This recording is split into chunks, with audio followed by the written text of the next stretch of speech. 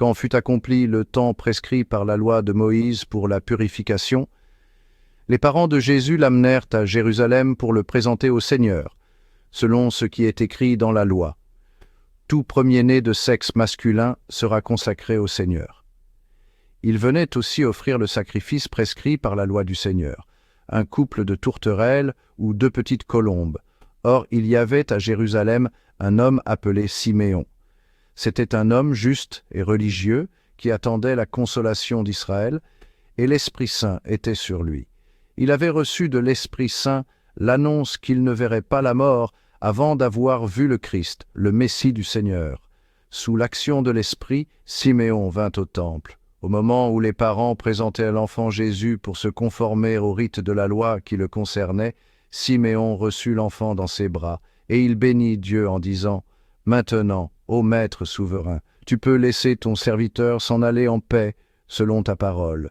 Car mes yeux ont vu le salut que tu préparais à la face des peuples, lumière qui se révèle aux nations, et donne gloire à ton peuple Israël. » Le père et la mère de l'enfant s'étonnaient de ce qui était dit de lui.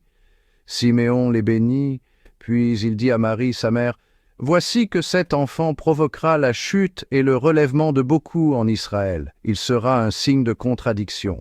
Et toi, ton âme sera traversée d'un glaive, ainsi seront dévoilées les pensées qui viennent du cœur d'un grand nombre. » Il y avait aussi une femme prophète, Anne, fille de Phanuel, de la tribu d'Azer. Elle était très avancée en âge. Après 7 ans de mariage, demeurée veuve, elle était arrivée à l'âge de 84 ans.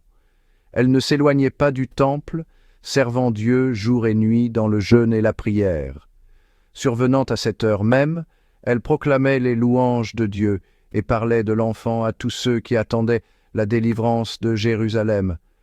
Lorsqu'ils eurent achevé tout ce que prescrivait la loi du Seigneur, ils retournèrent en Galilée, dans leur ville de Nazareth. L'enfant, lui, grandissait et se fortifiait, rempli de sagesse, et la grâce de Dieu était sur lui.